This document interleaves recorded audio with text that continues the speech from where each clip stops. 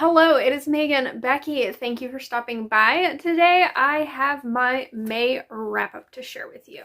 May was a really good reading month for me. I was on like this roll of reading a book a day for a while, and then I sort of lost momentum. But excuse me. But I managed to get 19 books read in May, and I feel like the majority of them were pretty highly rated books. So let's go over the books I read in vlogs. I will not be sharing the synopsis or my in-depth thoughts on these. I will just be sharing my star rating. If you want to know more about these books and my in-depth thoughts on them, I will leave the vlogs linked in the description where you can find them. So first of all, I did the Unstuff Your Kindle vlog for May, which the theme was man chests. So I read 3 books with man chests on the cover. I read Set, Gods of the Dewat by Alyssa Thorne, which I gave 5 stars. The Assistant to the Orc Prince by Marisol Knight, which I gave 3 stars. And Spider King by Paige Sky, which I gave 4.5 stars. I then did a collaborative vlog where my cat picked the books that I read, so I will leave that link down below as well if you'd like to go meet my cat Titty. In that, I read Time Cat by Lloyd Alexander, which I gave 3 stars. And Reincarnation Blues by Michael Port, which I gave 3.5 stars. I also did my 5th episode of Read or Reap, which is the series on my channel where I am trying to read all of the books on my TBR shelf. So I didn't get nearly as many read in that episode, but it was a shocker, let me tell you.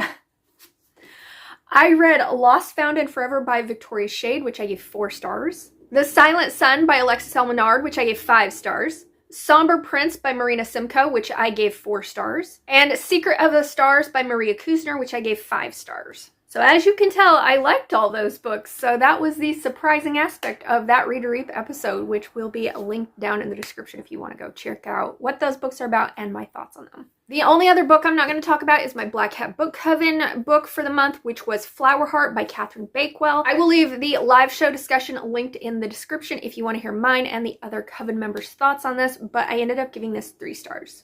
I also read a lot of arcs in May. I only started the month with 2 arcs, and then Nat Galley was like, here's your arc, here's your arc, here's another arc, here's another arc, and I was like, good lord, please slow down. So here are all the arcs that I managed to get read in May. First up, I read Be With Me by Gabrielle Sands, which is a mafia romance. This is about Mia and Romulo. Mia is the daughter of the current mayor of New York, and he is looking to get reelected. And Romulo is the son of the mafia family that her father's platform is running to put behind bars. I ended up giving this arc 5 stars. I really liked this light mafia. It wasn't super dark at all, which is a good level for me. I do like my light mafias. I really liked Romulo's obsession with Mia. He was willing to do anything to make her happy, to make her life easier. And I thought that Mia was a very empathetic character. They have this good girl, bad boy, opposites attract dynamic, but I liked that they didn't try to change one another. They really just embraced those parts of each other and really tried to amplify it. I liked the brotherly dynamic in here. I do wish I would have gotten more of that, but I liked the setup for it. This is a series that I do plan on continuing because I liked that brotherly dynamic. This had some chronic pain and PTSD rep in it. And an aspect of this story that I really liked was that it highlighted sexual assault, rape to a male character, even though he's an adult, by an older woman, which isn't something that gets highlighted a lot, but I feel like this brought to light that it does happen. And even if you are an adult, if you're not 100% on board with what's happening, how that can affect you. So I really liked seeing that portrayed in this story, but this was a great one. This is already out if you want to go check it out. Next up, I read Tusk Love by Thea Guanzin. This comes out on July 1st. So this is a fantasy romance about Guinevere, who is a merchant's daughter who harbors this fire spirit inside of her. And she is on this journey to meet her parents in this like seaside village to meet her intended betrothed because her parents arranged this marriage.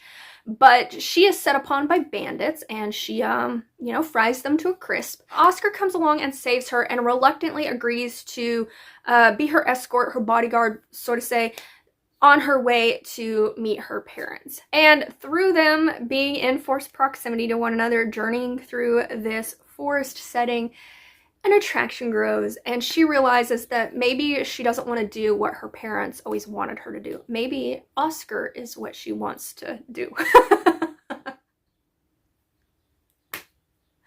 I didn't mean for it to come out like that, but you know, it's true. So I ended up giving this one 4.5 stars. I thought this was a really cute fantasy romance. I really liked Oscar's character. He's a character that is very grumpy, but he shows a vulnerable side and he shows his emotions, which is always great to see. I love a character, a male main character, who can show emotion and vulnerability. Guinevere could have easily gotten on my nerves because she is a very naive character, and some of the things that she did could have easily been really annoying, but she was sort of hilariously naive. She was just so peppy, and so when she encountered people or events, she wasn't really seeing them for what they were. She was seeing them for the positive aspects of what was going on, which was funny to see. I'm like, oh girl, you are so naive.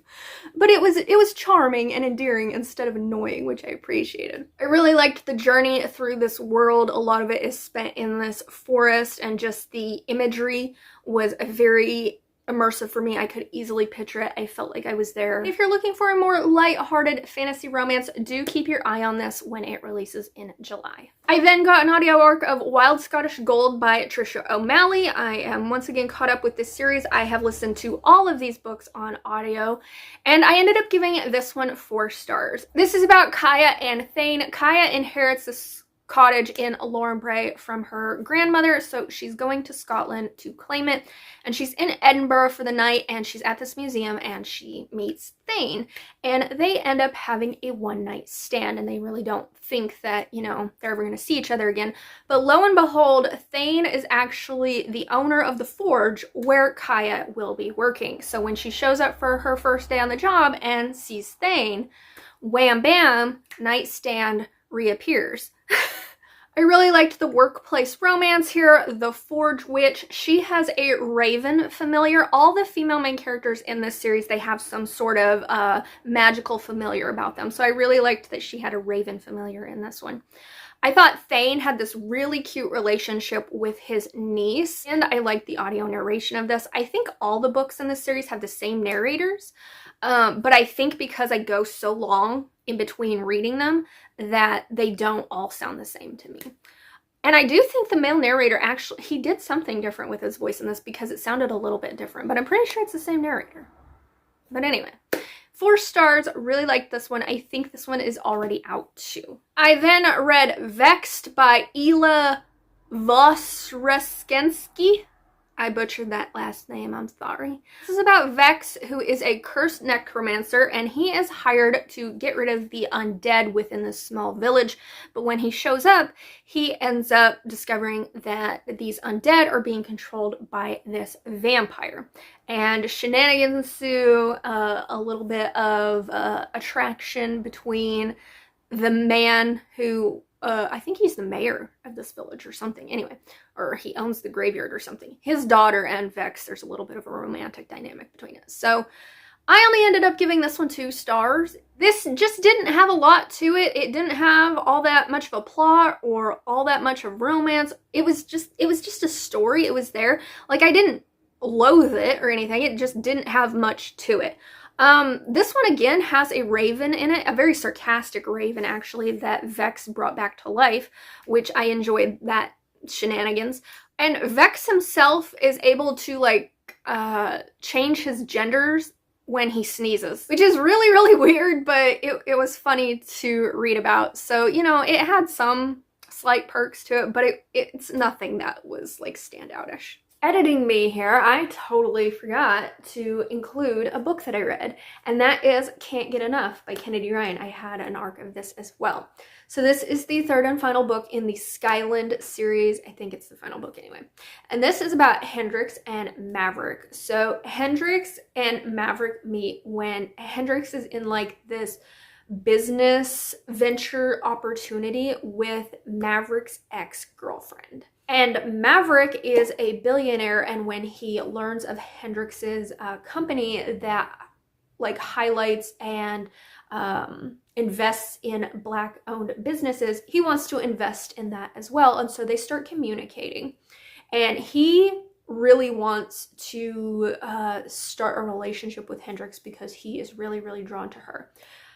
But she's very hesitant about it because she doesn't want to potentially lose the business arrangement she has with his ex if his ex finds out about it. So I ended up giving this one 3.5 stars. I liked it better than the second book, but I still prefer the first book in this series overall. It's by far my favorite. I really liked just how much these two had in common. They bond not only over their like business ideas, but Maverick already has a kid and he doesn't want any more, and Hendrix doesn't want kids at all. Hendrix is experiencing what it's like to care for a loved one who is going through Alzheimer's, and Maverick has already experienced that. So they just bonded on a lot of levels. I really appreciated that this female main character was so diehard, doesn't want kids. She does not want them. Even when people would bring it up as like, oh, they could never imagine that, she was like, good for you.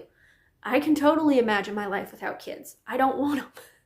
And that was just really great to see. As somebody myself who does not want children, it was great to see that. This romance also involves a couple who both of them are, I think they're both in their 40s, which again, older characters in a romance. We love to see it. I loved the audio narration of this, and I like how Kennedy Ryan really takes some hard-hitting topics and weaves them into her stories. In this case, it was Alzheimer's and dealing with how people have to take care of their family members with Alzheimer's and the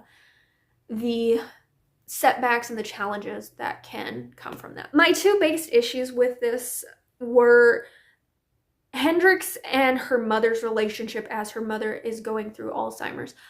I felt like I should have been much more emotionally impacted by that. I don't think they got enough page time for me to really soak in the emotions that they were feeling. I actually felt more for her mother when her mother was just like explaining what she was going through than I felt when Hendrix was like with her mother, if that makes sense.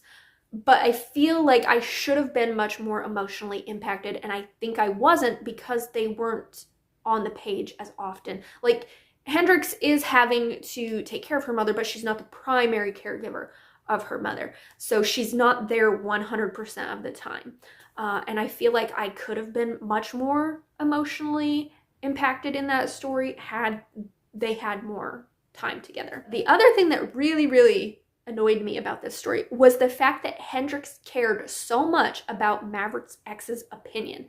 Like, I'm no lawyer, okay? And Hendrix seems like she's a very smart character. But if you are in a business deal with somebody, shouldn't there be contracts involved where you can't back out of that contract? I mean, maybe she was just like in the process of trying to get that contract started. I don't know.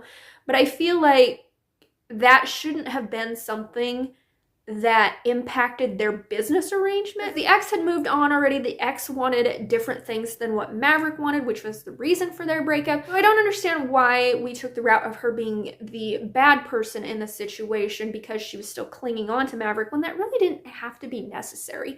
She could have just been an ex, and it couldn't have been this big thing that Hendrix cared so much about. Because even Maverick kept like telling her in the story, like, you guys aren't friends, you're just business acquaintances. Felt like it was just a needless element to add drama to a story that didn't need to be there, quite honestly. So I liked this one, but it wasn't my favorite of the series. I then read one of my most anticipated books of the year, and that was The Geographer's Map of Romance by India Holton. So this is about two geography professors who are in a failed marriage of convenience, and they reconnect when this magical explosion takes place in Britain, and they are the professors in charge of dealing with like magical outbreaks and stuff like that. So a letter gets sent asking for Professor whatever their last name is, and they both think it's for them, and so they both show up on the job. They agree to work together to solve this mystery of what's happening, and through them being like forced into some proximity, they end up reconnecting and discovering that the attraction that led them to wanting to be in this marriage of convenience never really dissipated. So I loved the first book in this series, The Ornithologist's Field Guide to Love. It was one of my favorite books of last year, so I was really looking forward to this one. And sadly, this one just didn't live up to my expectations. I only ended up giving this one 2.5 stars. I did like that these two were an already married couple. I really like seeing that in romance books where you don't have to, like, you know, see them date and get to know one another. They're already married. And I did think that these characters, much like the characters from the first books, they were incredibly dorky, hilarious characters. They're very passionate about their field of study, and they're very much dorks. And some of their inner monologue was just secondhand embarrassment funny. So I did get some chuckles out of this, but overall, I just didn't care about the plot that was playing in the background of this story. I didn't really find it fascinating at all.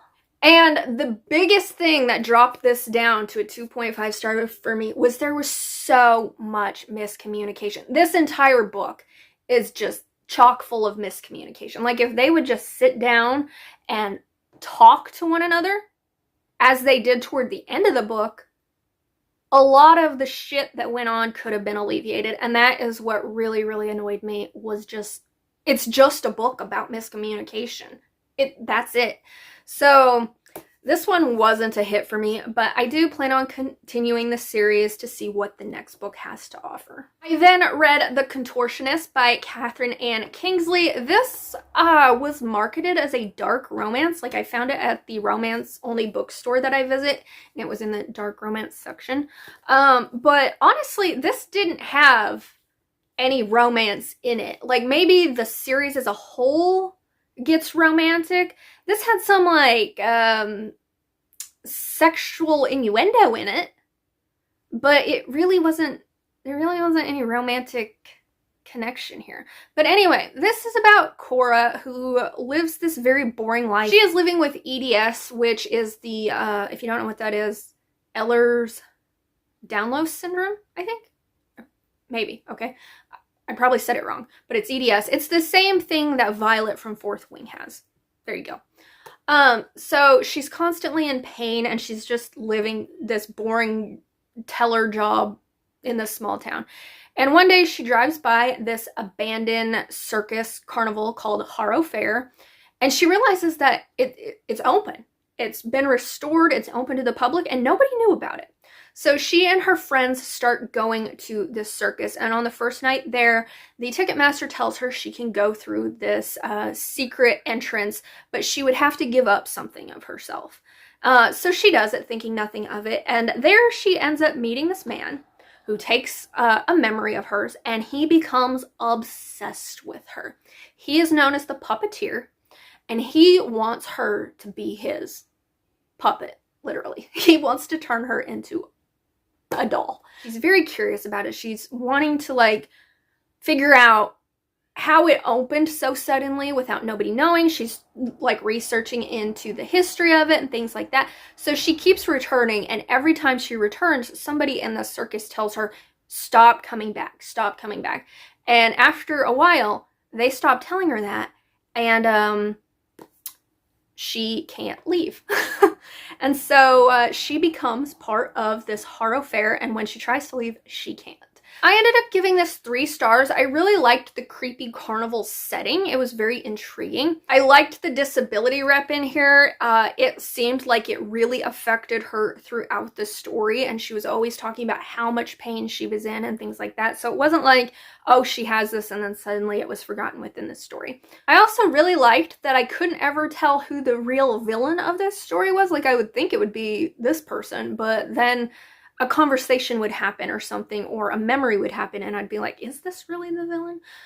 So it intrigued me with those aspects. However, as I mentioned, I was expecting there to be some romance in here, and there's not. I wasn't feeling the emotions that these characters should have been feeling. I think if, like, the rest of the ebooks in this series were relatively cheap, like 99 cents or free, I would continue on with it, because I do like the carnival setting. I would like to see, like, where the story goes and if it gets to that dark romance aspect of it.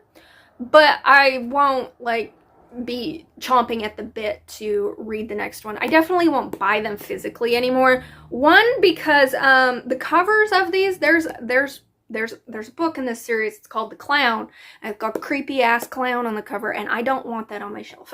I don't like clowns. Clowns creep me out.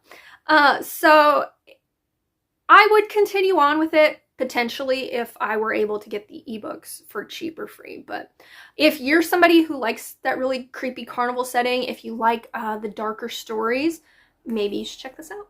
I then finished Gardens of Echoes and Ash by J. Ember Hintz. This is a contemporary sci-fi. This is about Renee and Liam. Renee is a reaper, and so she died and she went through the process of becoming a reaper, and she's trying to get promoted to a new level within her field. I can't remember what it was. In this futuristic sci-fi, they've like learned how to not use human hosts as their body because they deteriorated, so they make the reapers their own bodies.